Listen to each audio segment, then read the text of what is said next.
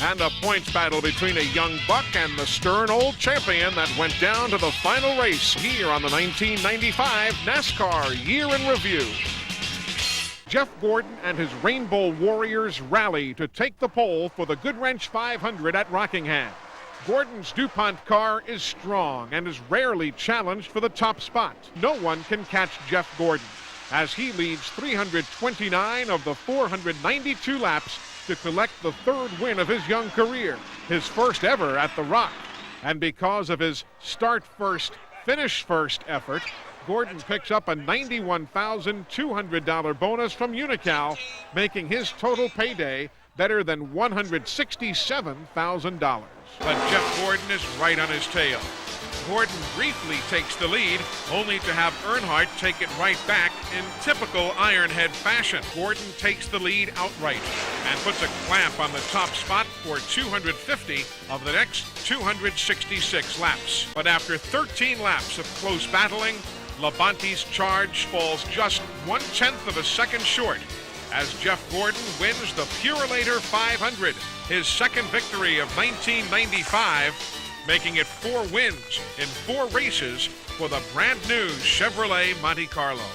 This thing was on the rail. Bobby gave me a little bit of, he got me pretty nervous there at the end of the race. But, you know, we came here to Atlanta with the same car that we raced in Rockingham. It's an awesome car. Man, we might have to take this thing everywhere. NASCAR gets what it calls parity at Bristol. Jeff Gordon gets by Mark Martin to take the lead for good. Gordon, never really a fan of the short tracks, tops his best finish of 17th at Bristol with a win in the Food City 500, outlasting Rusty Wallace by 6 seconds. The Winston Select. Perhaps the Jeff Gordon Show would be a more fitting title, as the boy wonder has the car to beat, whipping the field in the first of 3 segments. It only takes Gordon and his rocket ship 17 laps to get to the front again, as he holds off the field one more time, winning segment 2, bringing up another $50,000 for a total so far of $100,000 with one 10-lap segment remaining. It's guess who still on the point?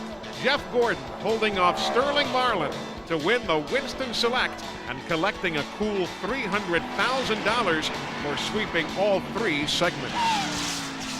At Daytona International Speedway, nothing could slow down Jeff Gordon, who leads the most laps. Gordon puts the whip to his DuPont horses, and he's able to fend off a challenge from Sterling Marlin and Dale Earnhardt to capture his 4th win of the 1995 season at the Pepsi 400. You know, we had a great pit stop. We lost this thing in the pits here in February, and my guys know it, but they're strong. They fought back, and they won this one for us in the pits. They got us out there first. I said, all you have to do is get me out first, and we can hold them off. I didn't want to see that caution because Earnhardt's the best there is on restarts, and luckily him and Sterling were battling back there, and we come across the finish first, man. It was awesome. After winning the Pepsi 400, Jeff Gordon tries to become the first driver in 1995 to win back-to-back races. His chance comes at New Hampshire International Speedway. Jeff Gordon and crew chief Ray Evernham decide to use a little strategy. This 8-second, 2-tire stop moves Gordon from 15th to 1st. His storybook year continues as he leads New Hampshire with his 5th win of the year and the point lead as well. Gordon wins the Slick 50 300, moving 35 points ahead of Sterling Marlin and collecting yet another bonus. This time, $50,000 from Gatorade. Darlington Raceway for the Mountain Dew Southern 500. Jeff Gordon brings out caution number 4 on lap 136. He spins. Gordon comes away with minimal damage.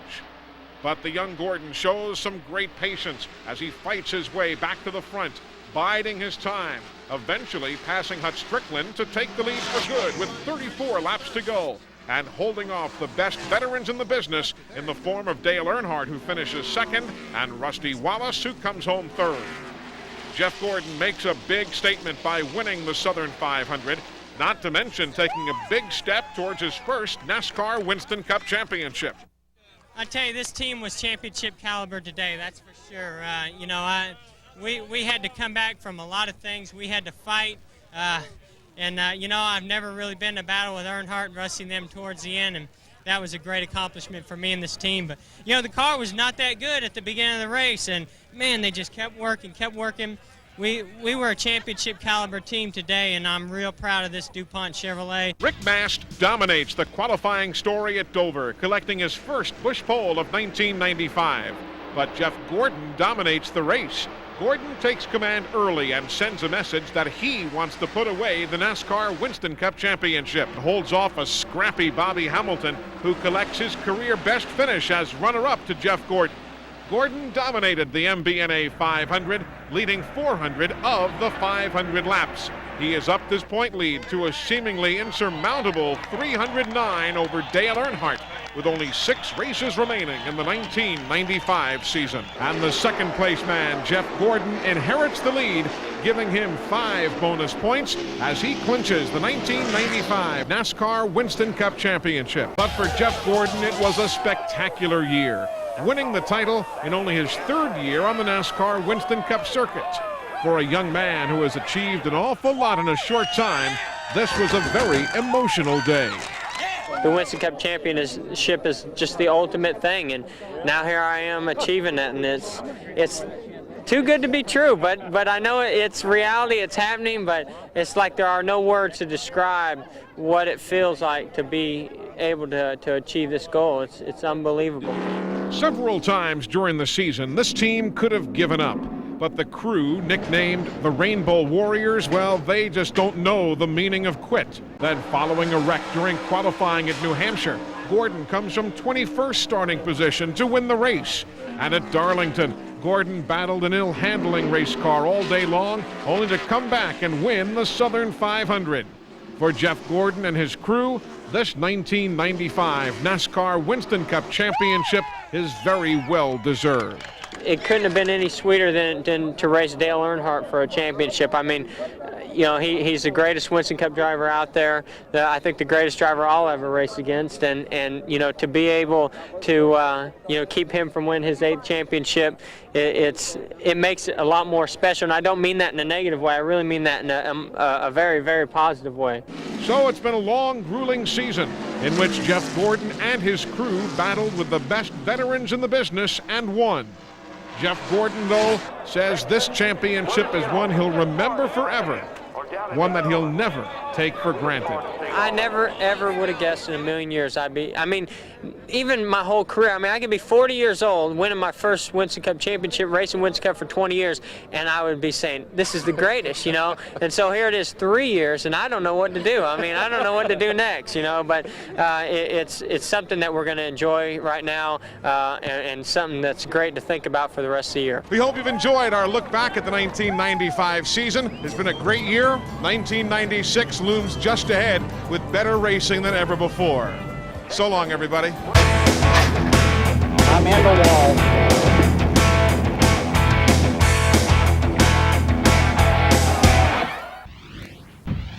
And while Terry Labonte was strong for a 2nd consecutive week, the end pit stops would tell the tale as Jeff Gordon beats Dale Jarrett and Mark Martin off the pit lane with a great stop.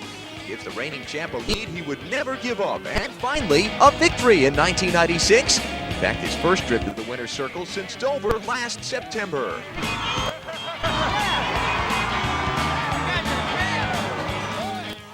We needed this so bad. You know, it's been a tough couple races. You know, we knew we had a lot of races left to go, and man, I tell you, I've been, you know, seeing the guys more. I wanted to make sure their morale wasn't getting down. I mean, I'm real interested in, you know, making sure this team doesn't come in this year and fall on its face. Okay, folks, next up, Darlington, the track too tough to tame. It comes down to a question of gas and who has it.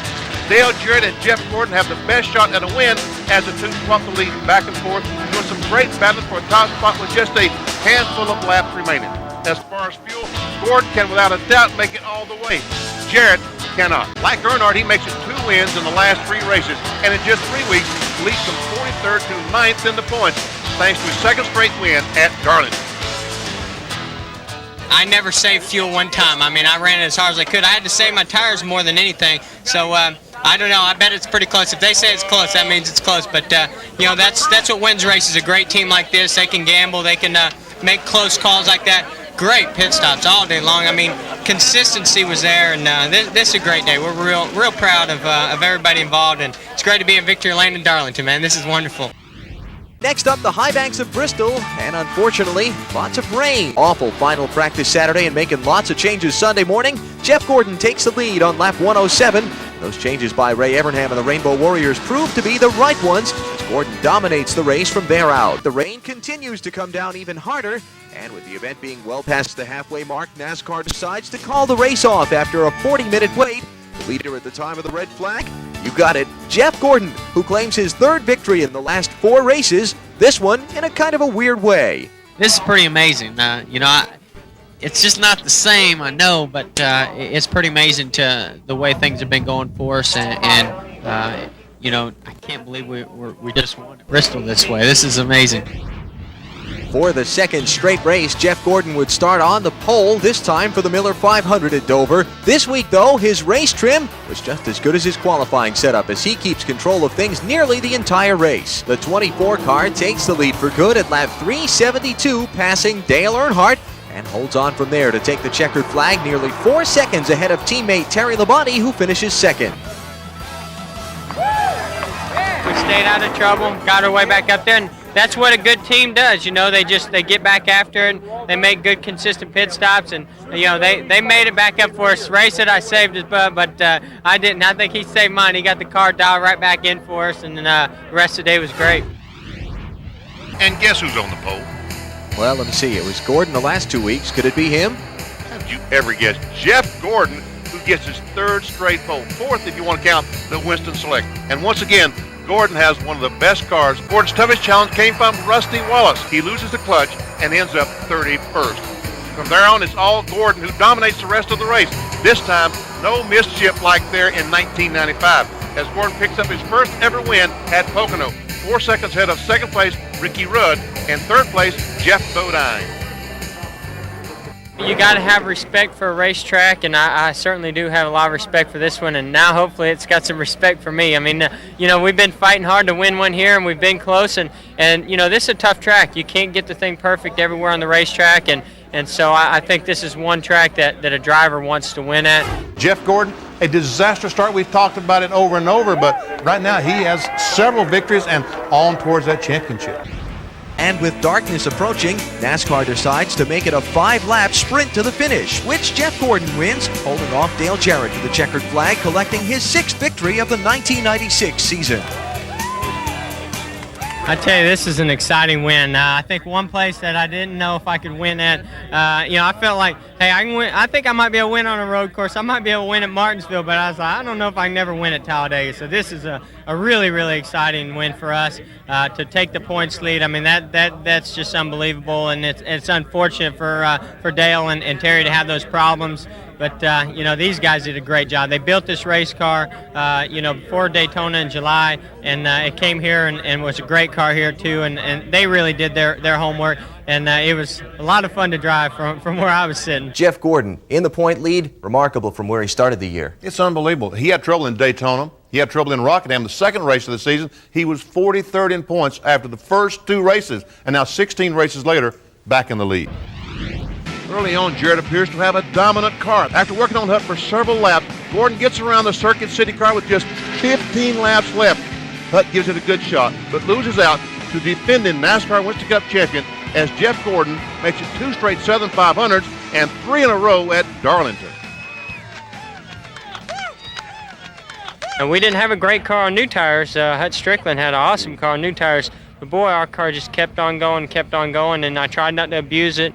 And I know that, from experience of winning here 2 other times, what it's taken, that's to be smooth and consistent towards the end. And I'm pretty proud of the team and thrilled to have won 3 in a row, and definitely thrilled to have won my second Southern 500. Jeff Gordon, first of all, at Darlington, 3 straight wins. Can you imagine? Too bad he wasn't going for $1 million because it looks like he can win at that racetrack.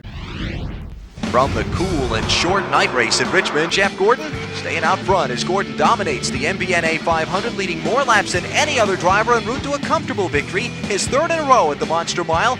Because of his teammates' 21st place finish, Gordon is the new NASCAR Winston Cup points leader. There's still plenty of races left to go, and anything can happen. We've been in a championship battle before. We know how easy it is to gain and lose points at this point, and with this many races left. So, we're really not going to think about that. We're just going to think about doing our job and doing the best job that we can, and that's what we did today, and it paid off. The Haynes 500.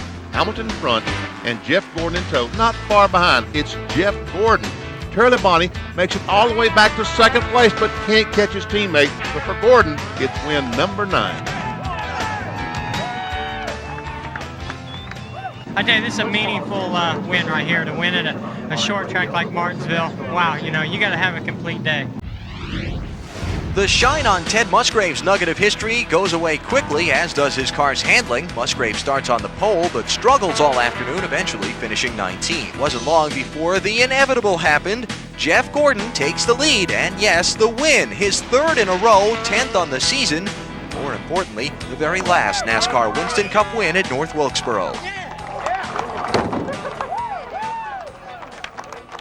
That's why I'm so excited, because this is North Wilkesboro. I'm not supposed to win at North Wilkesboro and Martinsville. I don't know what's going on. It's been crazy this year. But to be the last race, Winston Cup race that's going to be here, it's like you feel sorry, but at the same time, you're elated to go down in history in the record books. And I think these fans saw a great show today. That was one heck of a race all the way to the finish. Jeff Gordon on a rampage now leads Labonte by 1:11. Jeff Gordon, the Atlanta race in itself was a microcosm of his 1996 season. The whole season seemed like the whole race at Atlanta, where we start off and bang, we get 2 laps down right off the start and have to come from behind. Then we've got one of the best cars where we can go out there and get 2 laps back. And now we're up there, battling for the win, leading the race. But then at the end we come up this short. That is our whole season right there. And to put a finger on it, Gordon knows exactly the difference between his title run of 95 and his second place effort of 96. 95, nothing went wrong. It's like, other than maybe our last race at Atlanta, everything went our way when we needed it to fall in place. And this year, 96, it's like when we really needed it to go our way, it didn't. And, that's just the way things work. For Benny Parsons, I'm Alan Bestwick. And the young prince, sure that youth and raw talent could defeat them all. These 5, with 40 more, would embark in a year-long battle, a fight to the finish, an exhaustive quest for the coveted cup. Behind the unlikely front row of Skinner and Steve Grissom, Jeff Gordon then headed to the pits with a cut tire, though at first no bad rubber was found. That stop left Jeff with a mirror full of Mark Martin and his drafting posse, gunning to put the kid a lap down. Whatever happened, I don't know. That thing just took off on me, started getting big on loose. All right, maybe somebody was spilling something. We might have got some oil or something. I apologize. But wait, this is the team whose t-shirts read, "Refuse to lose." And sure enough, a caution helped Gordon avoid an early doom. Rejuvenated, he worked himself up through the field, and with 10 to go, was back challenging Earnhardt for seconds. Here goes a pass. Gordon making a move on the inside of Earnhardt. Oh, Jarrett's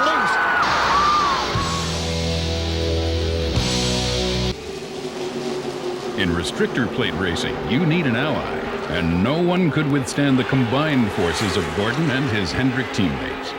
With 5 laps left, they outflanked Bill Elliott and settled it among themselves. This late crash set up a dash to the caution, with Gordon crossing the stripe in front of Labonte and new teammate Ricky Craven. For owner Rick Hendrick, undergoing treatment for leukemia, there could be no better medicine. This is as awesome as it gets, man. 1, 2, 3, Daytona 500. Congratulations, this is a great gift for Rick.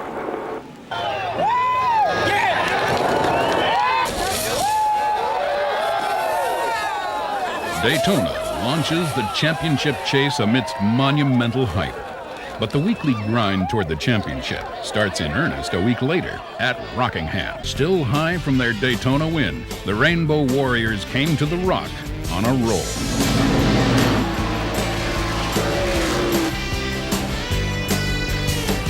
But from the start, Jarrett's Thunderbird was more in tune, twisting, cranking, turning. Gordon and his colorful crew searched for speed, and finally they found it on the high side. Running an outside line, Gordon slowly reeled in his blue oval victim. Gordon's move was late, but decisive. In the final 50 laps, he pulled away to win by nearly 3 seconds. I am shocked. I mean, I never dreamed that the car would come on like it did there at the end. I was just so happy, you know, for this team and for the car to just be stable all day long and to be consistent. That's what we're working on this year, trying to be consistent. At Bristol, Gordon took matters into his own hands. Here comes Jeff Gordon to take the lead. Gordon takes the lead. Rusty slips. Jeff Gordon will win at Bristol, Tennessee. Wallace second. Labonte third. Look at everything. He is. Look at him, man. I actually made a move to go low, and he blocked me a little bit, but I was all over him, and I just ran him real hard in the corner, and he got a little bit loose, and I touched him just a tiny bit, and all of a sudden he slid up the track, and I was driving by him. I couldn't even believe it myself. The Wallace fans cried foul, unnecessary roughness. But what did Rusty say? With that move, Gordon had drawn a line in the sand. At Martinsville, he led a record 432 of 500 laps, thumbing his nose at the competition. Not even this mid-race spin with Jimmy Spencer could keep Gordon from his 4th win in 8 races. This was the same Gordon who once moaned that he couldn't drive the short tracks. Now, he seemed invincible on the half-milers. Suddenly, Gordon's championship run was back on track. By taking 2 straight, he defined what the season had become, a season of streaks. Throughout 1997, it seemed one win begat another. At Charlotte, Gordon made history, becoming the first driver ever to sweep the Winston All-Star Race, the Coca-Cola 600 pole, and the big Memorial Weekend race itself. 2 weeks later, he won again at Pocono, leaving no doubt he was the man to beat in '97. You know, every time I pull into Victory Lane, I'm more and more amazed that we've actually done it. And, you know, even as much as we have won this year, it's still pretty shocking because this is very competitive, and you got to have just a perfect day going your way. And lately, things have been falling our way. That win also moved Gordon back out front in the points race for the inaugural California 500. Native son Gordon was easily the crowd favorite. Early on, the 2 favorites dueled on the track, but this would be a battle of pit-side strategists. Down pit road, the Rainbow Warriors were playing tortoise to Martin's hare, slowing Gordon down to conserve fuel. Jeff would try to finish without another stop. If he made it, Martin was doomed. For Gordon, the conservation effort paid off. On the final lap, the car sputtered but kept running through the checkered flag. Jeff ran dry on his way to Victory Lane. Jeff was the most pleasant surprise of all. The only car better than his was the Chevy of Jeff Gordon. And after this pass, Bodine held on for a rejuvenating second-place finish. As off of corner number 11. What's this all about? Well, you can only pass to the outside, and he was trying to get a run on him coming down to the green flag. Didn't work. Gordon went on to win the race and reach another career landmark, his first road course victory ever. More significantly, in the battle for the Winston Cup, he extended his lead to a season-high 109 points over Mark Martin. Hoping his bad luck was behind him, Gordon turned his sights to the richest race of his life. As the winner of the Daytona 500 and the Coca-Cola 600, Jeff would enter Darlington with a chance at the Winston Million. There is Jeff Gordon, who's in 4th position at the moment, a little over 4 seconds behind the leader. All right, bud, you're running a pretty good clip there. Is the looseness all the way through or just exit? I'm doing all I can right now to hang on to it. 18.2 seconds straight pit stop. That's the kind of stop that can win you $1 million. And with the sequence of pit stops, Jeff Gordon is the leader of the race. If you want to let it by, yeah, he's going to let it go. He's not going to bite him. 1 out of the right rear, 4 tires, 1 cam, 1 out of the right rear. Go, go, go, go, go, go, go. Whip it out. There you go. Good stop, guys. We're not out of this thing yet. We got a long ways to go. Still work on it. Go, go, go, go, go, go, go, go. Dig out hard. Go, go, go, go.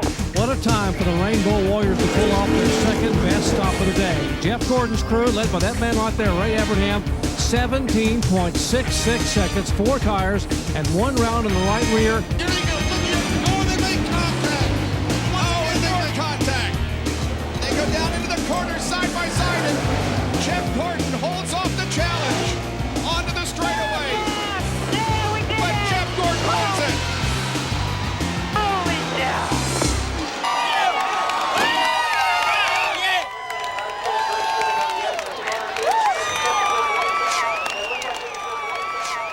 Right front just went away on me. I didn't know if I had a fender rubbing or what. And I saw him coming, and I blocked him. He hit me in the rear bumper, and I was just glad that I didn't spin. I kept it going, and that slowed his momentum down enough to where I could block him. I'm sure he's not happy, but Jeff, $1 million. Come on, buddy. What'd you expect me to do, man? Gordon scored a hard-fought win over Ernie Irvin in New Hampshire, bringing his victory total for this remarkable season to 10. He extended his point lead to 139 over Martin. Gordon single-handedly racked up 10 victories for Rick Hendrick. Right now, Jeff Gordon is outside the championship window as we begin the last race of the 1997 NASCAR Winston Cup season. Jeff Gordon picks up another spot. He passes Michael Waltrip, and that will move Jeff Gordon into the 18th position, and it looks like he may get another one. Though young Gordon had reached his magical 18th spot, staying there wouldn't be easy. The handling on his Chevy deteriorated, along with his right rear tire. As soon as somebody gets close to me, I'm going to spin out. 10-4, Jeff. Jeff Gordon was when he limped across the line in 17th place. It wasn't pretty, but it was enough. Jeff Gordon wins the 1997 NASCAR Winston Cup Championship, his second.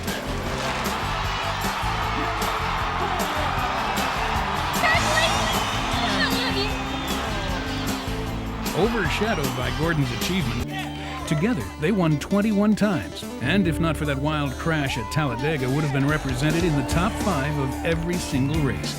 Sadly, only one could be champion. The quest was over, the champion crowned. What a year, it's going to be hard to measure up to, and the only thing that could complete it as a career year was winning that championship. 1997 was indeed a career year for Jeff Gordon. 10 wins, including the Daytona 500, his first win on a road course, the Winston Million, and his second Winston Cup championship. In monetary terms alone, his single-season take topped $6 million. We won some very big races this year, some things that we're very proud of, and big numbers happen to go along with those. And it just seems like we really step up to the plate when the big number's there, but that big number's there because it's something that's very prestigious and something that everybody wants. Young Gordon is quick to credit others for his meteoric rise. His God, his warriors, and his chief. Ever since he and I have gotten together, it's like magic, and he creates this atmosphere around him with his guys, with the guys on the team, and with myself that it's hard not to be able to go out there and win when you're driving a race car that he's working on. In hindsight, this time, youth and determination combined with masterful strategy proved impossible to beat. From this cup, only one may drink. I just don't know when it's all going to stop. We've been proud of this one tonight. It's an unbelievable race.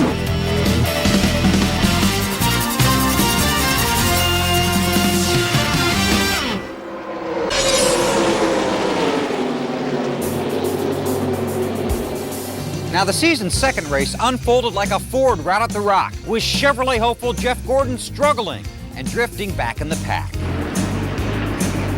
On lap 66, the Rainbow Warriors had their Chevrolet on the mend. By lap 175, the 24 car was dialed in, passing Dale Jarrett for the 10th spot. A hungry Gordon then feasted on the front runners, reaching first place on lap 327. Gordon muscled in front after the caution and cruised to the checkers. Just unbelievable. I don't know how better to say to refuse to lose than what these guys did today. It was awesome, awesome day, and I am so proud to be part of this team. You can't believe it. Yeah!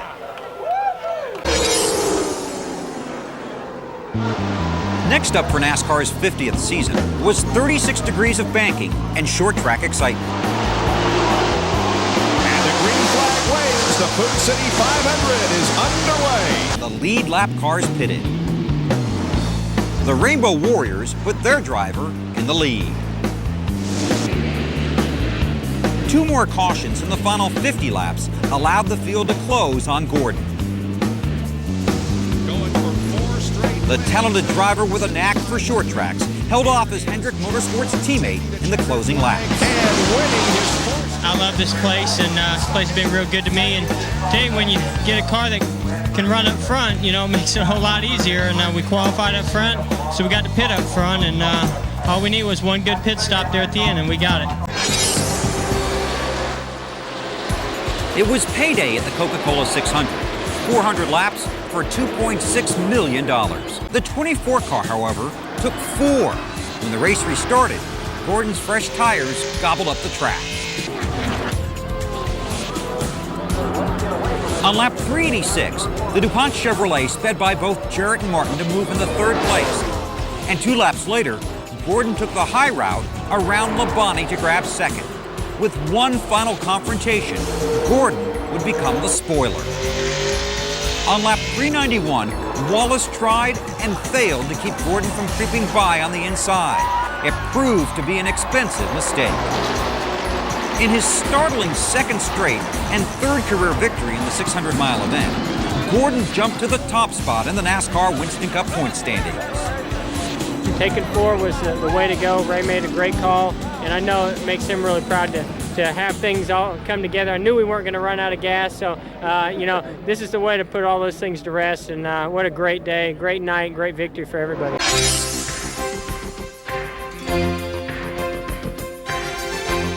In his young yet stellar career, Jeff Gordon had never won at the twisting Sears Point Raceway. Today, the California native sat on the pole in front of a home state crowd. Though Gordon dominated the early goings of the 112-lap race, a sluggish pit stop dropped the DuPont Refinishes Chevrolet back in the field. The restart found Gordon in 17th position. Now in 4th place, Jeff Gordon began picking off the leaders. Here he goes. Jeff Gordon trying to take 2nd from John Andretti. He'll get the job done. And there's a leader not that far in front of Jeff Gordon. With 12 to go, Gordon engaged Hamilton, edging by in the turn. Heavy braking, they make contact. We see the cars get together. We see the smoke. Jeff Gordon goes by, takes the lead. Gordon crossed the finish line to win his first ever event at Sears Point. Oh man, I gotta catch my breath. This is a big win for us. You know, we won at Watkins Glen. They got my confidence up to be able to win on the road course, and this is a brand new car. We came and tested it. You know, there was times when we were really good today and we were out front, and then there was times when I didn't know what was going to happen. We, you know, had some funky things happen today with cautions and pit stops, and I just got to thank the Lord. I tell you, it's blessing me and this entire team so much with so many great things that I just don't know when it's all going to stop, but I want to thank them every chance I get. Man, what an incredible day, incredible team. These guys are awesome, these Rainbow Warriors. Gordon's win propelled him past Jeremy Mayfield and into the points lead. Unknown to all of them was the historic chain of events about to unfold.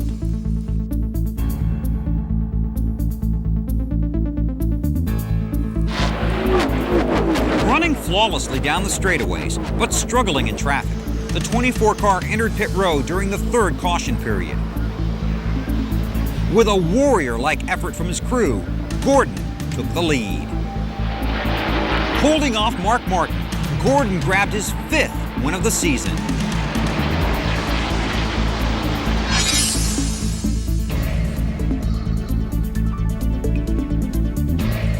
After Bill Elliott won the inaugural Winston Million in 1985, 12 seasons would pass before another would claim the prize.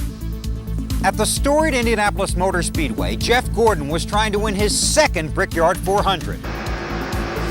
Fighting back from 4th place, the 24 car passed Mike Skinner with 37 to go.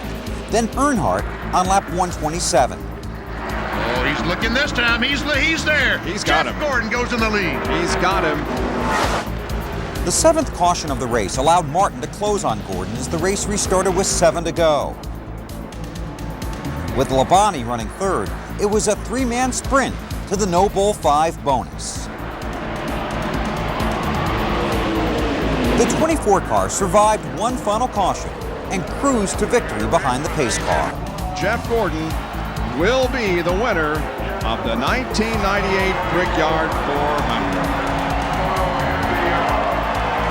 Heck of a job for the crew. Hey, Rick, brother, this one's for you. We worked hard for this one all year, buddy. This one's for you.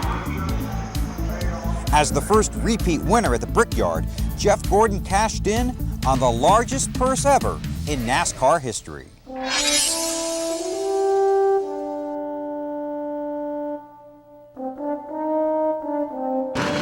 43 drivers lined up to compete in the last road course race of the season at Watkins Glen.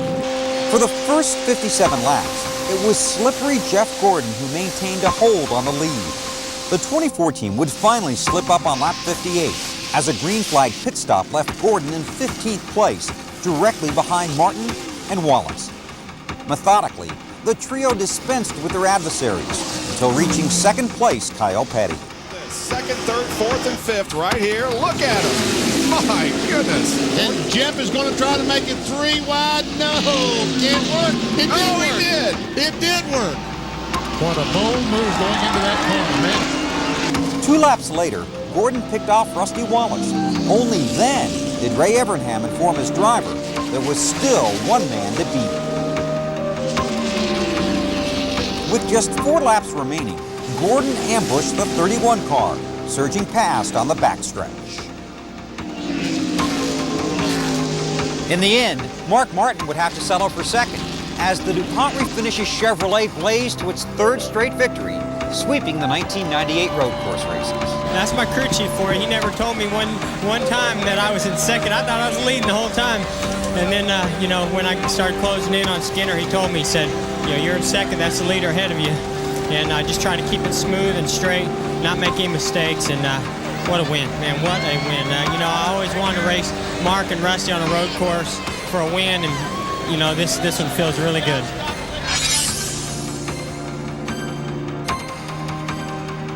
The weekend prior to the Pepsi 400, Mark Martin had tragically lost his father, stepmother, and half-sister in a private plane crash. In a valiant gesture, he would drive in their memory. But for Jeff Gordon, this was a date with destiny. Gunning for a record-tying 4th straight win, the Rainbow Warriors started in 2nd position. Not until the final caution on lap 179 did Gordon's familiar form emerge. The Rainbow Warriors made a swift 2-tire change, giving their driver new life. Here comes Jeff Gordon out, no doubt, with 2 tires. Jeff's going to come out of 4th. By lap 191, the 6 and the 24 were entrenched in a nose-to-tail battle. It's an unbelievable race. Look at this. Gordon slipped by at the start-finish line to make history. That special company that Jeff Gordon enters, these are the drivers who have won 4 straight in NASCAR Winston Cup history. I'm in shock. I cannot believe this. Mark Martin deserved this race more than anybody here this weekend, and he is the man. I tell you what, our prayers are out to him, and I know how bad he wanted this, and I really thought he'd be standing here instead of me. Just like a broken record, the Jeff Gordon Victory album played on. Like a replay of Michigan, the leaders pitted with the 24 team taking on just 2 tires. Once again, Gordon emerged with the lead and would hold on to take the checkers. Jeff Gordon's 2nd remarkable 2-tire victory in just 3 weeks was not without controversy. It just makes me mad. We're doing good and everybody thinks we're cheating. People are crying about tires and all stuff. They can do whatever, but I wish this team had stopped getting picked on. People really need to start paying attention to what's going on. Well, DuPont's definitely got something you can put in your car to make it go faster, and it's called Jeff Gordon.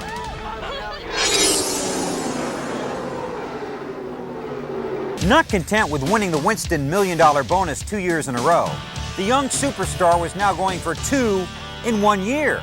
But there were 4 other drivers hungry to cash in. With 27 to go, Gordon finally dispensed with Burton, taking the lead for good. Here's Jeff Gordon off corner number 4. looks at the checkered flag, takes the checkered flag, and wins the Noble $5 million. It's his 10th win of 1998, his 4th consecutive in the Southern 500, and his 39th NASCAR Winston Cup career victory in his 180th start. He wins the Noble 5 and a $1 million bonus. Piling on the accomplishments, Jeff Gordon became the only driver in NASCAR history to win the same super speedway race 4 times in succession. Tell you what, one thing for sure, we came here to make a statement, and I think we certainly did that. You know, no 2 tires, no nothing. We just, you know, out-teamed them today, and I hope that everybody recognizes just how awesome this race team is. After a 3-month delay, it was the 4th of July in Florida as the Daytona International Speedway lit up the night for the first time. For the 24 team, it was an October to remember. Jeff Gordon would survive 16 lead changes and took the lead for the final time on lap 123. A rainstorm red flagged the race with 5 to go. The 24 car selfishly protected its position and held off a charging Bobby Labonte on the final lap. Jeff Gordon clinched a career-high 11-win season. Gordon's first Winston Cup victory in the 10th month of the year extended his points lead to 358 over Mark Martin. It is October as far as I'm concerned, and you know, we really don't see any reason why we shouldn't be winning races in October or November. Yeah, it has come down to a championship battle late in the season, and maybe we've you know, tried to protect that a little bit too much in the past. But the way it's gone this year, I mean, Mark Martin's winning races, we got to win races, you know, and we're just happy to be able to take advantage of the restrictor plates, restrictor plate races back to back, and had a good race car, good engines, and guys did a great job just turning all those things around. Now we can go to Phoenix, work real hard trying to win another one. Jeff Gordon had moved even closer to his 3rd Winston Cup.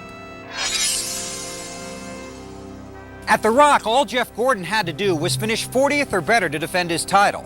Now, in the past, the 24 team had faltered down the stretch. This year would be different, as Jeff Gordon and the Rainbow Warriors made a statement at Rockingham. Not in the day's dominant car, the 24 was best when it counted. Passing Rusty Wallace with 9 to go, Gordon held off Dale Jarrett to take the checkers. The way to win championship right now, boys. Woo! Buddy, you're the best. You're the best. Great job. The 12th win of the year proved the sweetest as Jeff Gordon clinched his 3rd Winston Cup championship.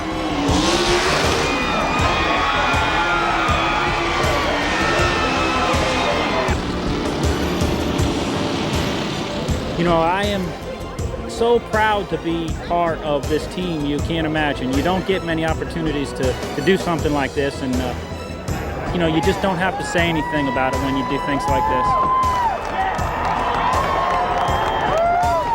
It really just is like summing up our whole season into one day, and then to top it off with the championship. You know, incredible day, incredible season.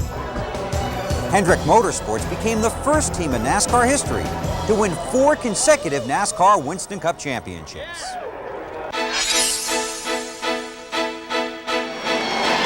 NASCAR's golden season returned to Atlanta for a final farewell.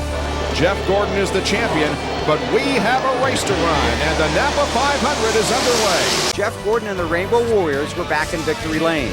His 13th win of the season, tying the modern era record set by Richard Petty back in 1975. And another mark is established and put in the record books by the young man who has won his 3rd NASCAR Winston Cup championship in 1998. Jeff Gordon wins the Napa 500. It's his 13th victory of the year. So many good things have happened to us. We've been really, really fortunate. I mean, we have Run Awful here, John Awful, and now we come here and win. I tell you what, Ray Evernham and these Rainbow Warriors, not just incredible tonight, but all year long. I mean, man, what an incredible year. I cannot, I know I've said this a million times, but I cannot believe this. You know, they really put a lot of effort into this race car. Each and every one of these guys on this team, my goodness, that thing was incredible.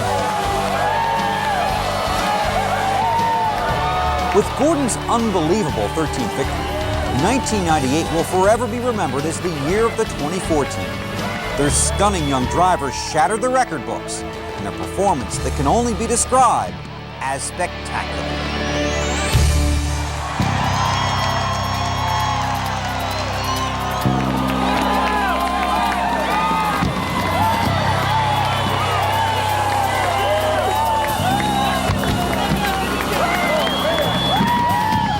Man, what a run it's been. And I know that it's going to be tough to have a season every year like this, so we've got to savor the moment, enjoy it while we can, and work hard as we have this year, and I think good things will continue to happen.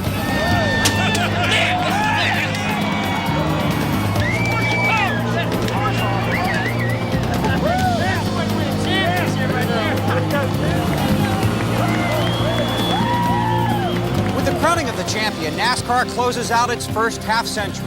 This memorable, outrageous, and unforgettable 1998 season is now in the rewritten history books. Thanks for joining us for this golden anniversary look at NASCAR's 50th year. And what a year it was. I'm Bill Weber.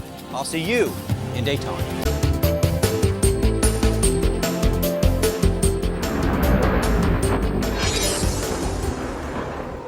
Just like every season, our journey starts at the beach. Wallace still at the point. The lead pack ran up on the lapped and limping car of Ricky Rudd, opening the door for a daring move by Gordon to take the lead, followed closely by Earnhardt. Going wide for the lead.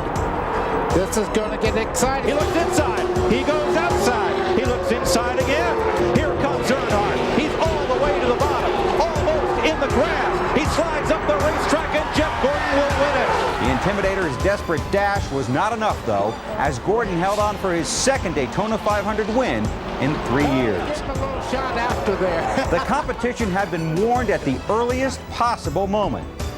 The 1998 Winston Cup champion was picking up right where he left off, in victory lane. Yeah, well, Dale's pretty strong up off the bottom, and, Jeff did a great job driving the car. Car wasn't the quickest car all day, but he did a great job driving it. Jeff, those last 10 laps, what a race. That is a dream come true for me, to race Dale Earnhardt down to the final finish, all the way down to the line for the Daytona 500. It does not get any better than that. The kid was at it again. Not only did Jeff Gordon win the race, denying Rusty Wallace with that daring move and beating Dale Earnhardt, he added the glamour of starting the season by taking the first million of the Winston No Bull bonus program. Now, only Cale Yarborough had won 3 consecutive NASCAR Winston Cup championships. Gordon was hoping to tie that record. And the way he ran at Daytona, he was off to a pretty good start. It was business as usual for Jeff Gordon. The Rainbow Warrior passed pole sitter Bobby Labonte with 21 laps to go and never looked back for his second win of the season after just 4 races. Jeff Gordon wins the Cracker Barrel 500 at Atlanta Motor Speedway. Another victory for Jeff Gordon and the Rainbow Warriors. Jeff Gordon was born in California in 1971. In the racing era, that was during the legendary years of the King and the Silver Fox. In 1997, he returned to California and christened Roger Penske's new 2-mile Palace with a skillful, slick inaugural victory. In 1999, Gordon returned to his home state looking for some momentum. And when he finished, the only thing you could call him was the winner. Gordon ended his springtime slump by stomping the competition in the California 500. He worked his way to the front and led 86 of the race's final 87 laps.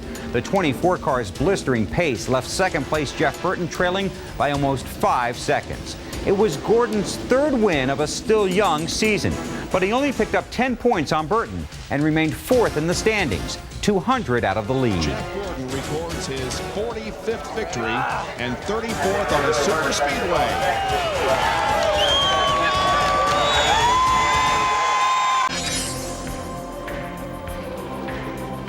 In 1999, there were 34 races on the NASCAR Winston Cup schedule, but only 2 were road course events. Jeff Gordon swept both road course races in 1998 and had posted 3 straight road course wins when he arrived at Sears Point in June. He was suffering from laryngitis, so he let his race car do the talking. Jeff Gordon had started from the pole and led 3 different times. The DuPont Chevrolet held off Mark Martin on a late race restart, and Gordon was once again king of the road. And here comes Jeff Gordon to take the checkered flag and win the St. Mark Reagan 350 at Sears Point. His fourth road course win, the fourth win of 1999. He also won at Daytona, Atlanta, and California.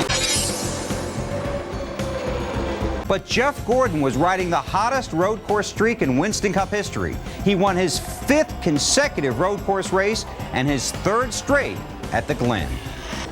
Jeff, 3 in a row here, but 5 in a row on road courses. What a record. Oh, man, that's amazing. I tell you what, this team had just come so well prepared for these road courses. And, you know, we've just worked and worked and worked on getting better. And I guess that test we did up here at Watkins Glen definitely paid off.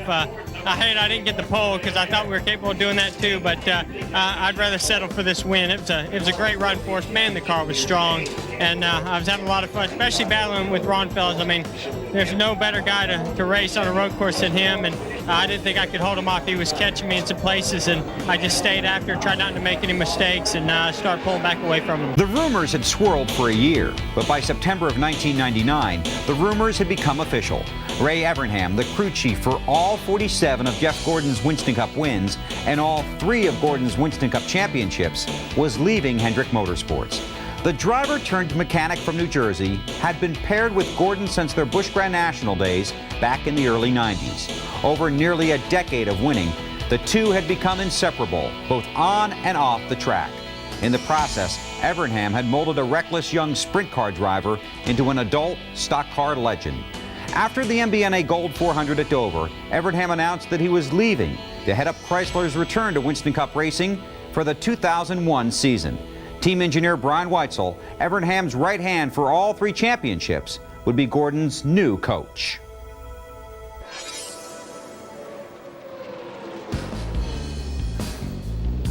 Ray Evernham had always said he received more than his fair share of credit for Jeff Gordon's success.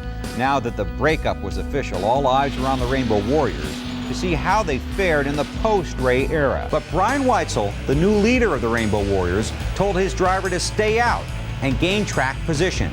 Besides, Gordon's car was no good on new tires. Old tires were the only chance they had of winning. Weitzel's first big gamble paid off. Dale Earnhardt closed the gap lap after lap as the race built to a dramatic finish. But Gordon held on for his 48th career win and his first win ever without Ray Evernham. Jeff Gordon winning the Napa Auto Care 500 at Martinsville. We are perhaps seeing the beginning of another reign here as Brian Weitzel leads his driver Jeff Gordon to victory in their first togetherness. Bill. Well, you cannot imagine the emotion here. There's Brian Weitzel. Jeff supported by new crew chief. Jeff had tears in his eyes, a big handshake from John Hendrick. Congratulations, my friend. What a day. I just want to thank God. There's no way that this was possible without God. And it wasn't possible without Ray Evernham, too. I mean, he's the one that orchestrated these guys, and that's the reason why we have this awesome race team. So proud of these guys. Brian Weitzel led these guys this weekend like he was a veteran, and man, I've never wanted to win so bad in my life, I tell you.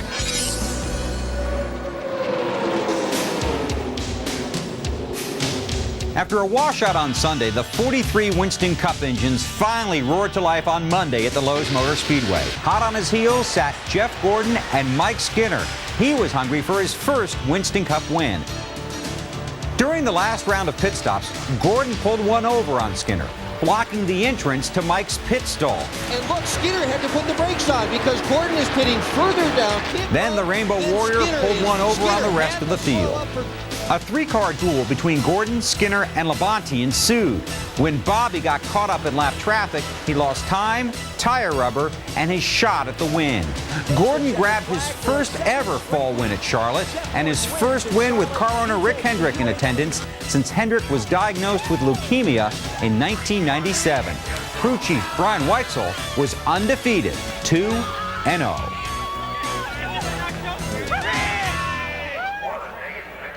Jeff Gordon in the final third of the season without Ray Evernham with new crew chief Robbie Loomis.